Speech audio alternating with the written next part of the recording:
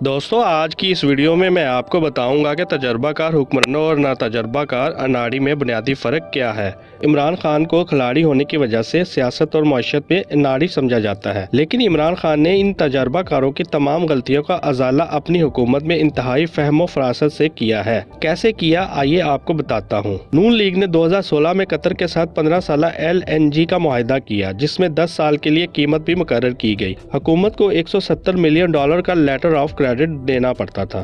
اس سے ملک کو بے شک نقصان ہوا اور شاہ خاقان عباسی صاحب پر نیب میں کروڑوں کے ککس بیکس کے الزامات بھی عائد ہوئے۔ عمران خان جیسا اناڑی حکومت میں آیا تو انہوں نے اس قدر مہنگے معاہدے پر نظر ثانی کا اعلان کیا۔ آخرکار دانش مندوں کا معاہدہ ری شیڈول ہوا اور قطر سے 10 سالہ نیا معاہدہ طے پایا، جس کے تحت 10.2% ویرینٹ مقرر کی گئی۔ لیٹر آف کریڈٹ بھی 170 ملین سے آدھا کر کے 84 ملین پر طے ہوا اور یوں اس تجربہ کار وزیر اعظم نے 31% سستا معاہدہ کر کے دکھایا، جس سے ملک کو 10 سال میں $3 بلین کا منافع ہوگا۔ خاقان عباسی صاحب تو اس قدر تجربہ کار تھے کہ اینگرو گروپ کا کیمیکل ٹرمینل 27 ملین روپے یومیہ پر 15 سال کے لیے کرائے پر حاصل کیا گیا، جبکہ اناڑی نے پورٹ قاسم پر پہلے سے LPG کا غیر استعمال شدہ LPG ٹرمینل استعمال کیا، جو صرف 30 سے 40 ملین روپے کی لاگت سے LNG کی درآمد کے لیے کارآمد بن گیا۔ اب آتے ہیں ایک اور تجربہ کار حکمران جماعت کی جانب۔ پیپلز پارٹی نے ترک کمپنی کے ساتھ 2009 میں رینٹل پاور پلانٹ کے ساتھ 554 ملین کا معاہدہ کیا، جس کو نون لیگ نے کیس کر کے افتخار چودھری کے ساتھ مل کر کینسل کروایا اور یوں کمپنی نے عالمی عدالت میں کیس کر کے 2013 میں کیس جیت لیا، جس سے پاکستان پر $1.2 بلین کا جرمانہ ہوا۔ اسی کیس پر راجہ پرویز اشرف کا نام راجہ رینٹل پڑا۔ خیر ملک کو بڑا نقصان ہوا اور کچھ لوگوں کا فائدہ ہو گیا۔ جب ایک اناڑی کی حکومت آئی تو اس نے اسی کمپنی سے مذاکرات کیے، لیکن کمپنی نے کسی نئے معاہدے سے انکار کر دیا کیونکہ اس کو انویسٹمنٹ سے ڈبل جرمانے کی صورت میں مل رہے تھے۔ آخرکار وزیر اعظم عمران خان نے ترک صدر سے رابطہ کیا اور سفارتی پریشر کا استعمال کیا۔ انہوں نے پاکستان کی معاشی حالت کے پیش نظر ترک صدر کو کمپنی سے جرمانہ ختم کرنے کی سفارش کی۔ بالآخر عمران خان کی سفارتی کوششوں سے پاکستان کو تاریخی کامیابی حاصل ہوئی اور تجربہ کاروں کا یہ جرمانہ ایک اناڑی نے معاف کروا دیا۔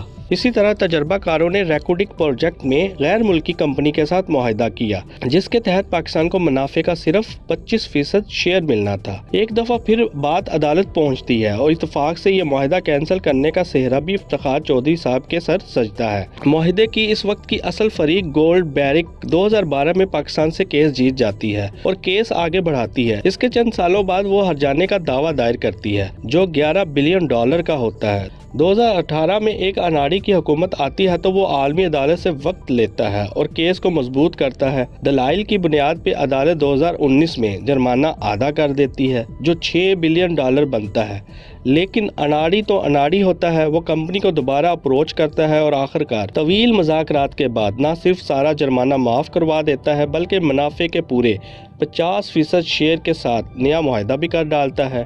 اب آپ کو ایک درد مند غیر ملکی پاکستانی کی سچی کہانی سناتا ہوں۔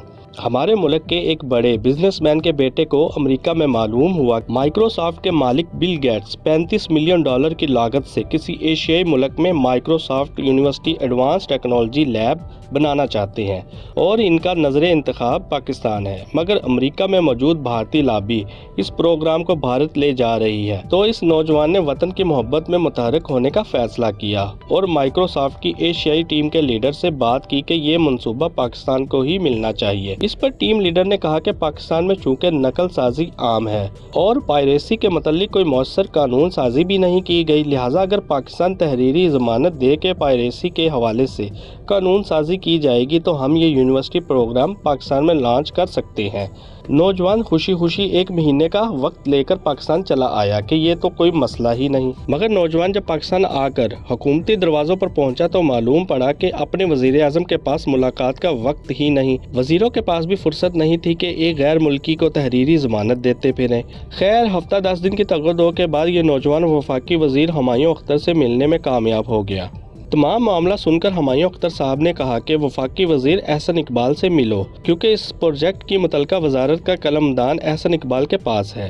خیر مزید کچھ دن اخبار ہونے کے بعد احسن اقبال سے ملاقات ممکن ہوئی تو نوجوان نے تمام معاملہ احسن اقبال کے گوش گزار کیا، جسے سن کر وزیر صاحب موصوف نے فرمایا اگر بل گیٹس مجھے خط لکھے تو پھر یہ گارنٹی دی جا سکتی ہے۔ اب کوئی ان سے پوچھے کہ دنیا کا امیر ترین بندہ اگر پاکستان جیسے غریب ملک کو مفت میں ایک انتہائی اہم یونیورسٹی دینا چاہتا ہے، درخواست کرنے کی پوزیشن میں آپ ہیں یا وہ؟ اس کو کیا پڑی ہے کہ وہ خط لکھ کر قانون سازی کے متعلق درخواستیں کرے؟ یہ اس کا کام ہے یا آپ کا؟ مگر وزیر صاحب نے نفرت بھرے لہجے میں نوجوان کو یہ کہہ کر بات ہی ختم کر دی کہ ہمیں سکھانے کی بجائے وہ کرو جو کہا گیا ہے۔ بے عزتی کرانے کے باوجود نوجوان چین سے نہ بیٹھا کیونکہ وہ اس منصوبے کی اہمیت سے آگاہ تھا۔ مزید کچھ دن خوار ہونے کے بعد اسے ایک خط دیا گیا جس میں ایک ڈائریکٹر لیول کے صاحب نے بل گیٹس کو حکم دیا ہوا تھا کہ جو ہی یہ خط ملے تو فوراً حاضر ہو جائیں تاکہ آپ کی درخواست پر ہمدردانہ غور کیا جائے۔ اب نوجوان کی ہمت جواب دے گئی۔ یہ خط آج بھی اس نوجوان کے پاس موجود ہے۔ ذرا سوچیں اگر یہ خط بل گیٹس کو دے دیا جاتا تو وہ ہمارے متعلق کیا سوچتا؟ نوجوان تو تھک ہار کر بیٹھ گیا مگر انڈین لابی متواتر کوششوں میں لگی رہی، اور جب انہیں معلوم پڑا کہ اب لوہا گرم ہے تو اپنے بھارتی وزیر اعظم سے بل گیٹس کو فون کروا دیا، جس نے نہ صرف ہر قسم کی ضمانت دینے کا وعدہ کیا بلکہ بل گیٹس کو بھارت آ کر خود اس کا افتتاح کرنے کی دعوت بھی دے ڈالی۔ پھر 2 ماہ بعد بل گیٹس نے بھارت جا کر نہ صرف یہ پروگرام لانچ کیا بلکہ سافٹ ویئر کی تعلیم کے لیے $100 ملین سالانہ دینے کا بھی اعلان کیا۔ بھارتیوں کے تو دن پھر گئے۔ صرف 10 سال کے قلیل عرصے میں 10.5 لاکھ بھارتی امریکہ میں تعلیم حاصل کر رہے تھے، بلکہ اکیلے بھارتی شہر بنگلور کی سالانہ IT ایکسپورٹ 80,000 کروڑ ہو گئی۔ پھر ساری دنیا نے اسی ناتجربہ کار اناڑی کی حکومت میں دنیا کے امیر ترین شخص بل گیٹس کو پاکستان کے دورے پر آتے بھی دیکھا۔ پتہ نہیں یہ کیسا اناڑی ہے جو نہ صرف پاکستان کو بیرونی مشکلات سے نکال لیتا ہے بلکہ اپنے ملک میں پرائیویٹ کمپنیوں سے ہوئے کئی مہنگے معاہدے بھی ریوائز کروا چکا ہے، اور پاکستان میں ایمیزون سمیت فری لانسنگ کے شعبے میں متعدد نئے معاہدے کر چکا ہے۔ اب بھی اگر آپ سمجھتے ہیں کہ نواز شریف اور آصف زرداری کی تجربہ کار ٹیم پاکستان کو ترقی کی راہ پر ڈال سکتے ہیں تو یہ صرف آپ کی خوش فہمی ہی ہے۔ دوستو اسی طرح کی معلوماتی ویڈیوز کے لیے یہ چینل سبسکرائب کر لیں۔ شکریہ۔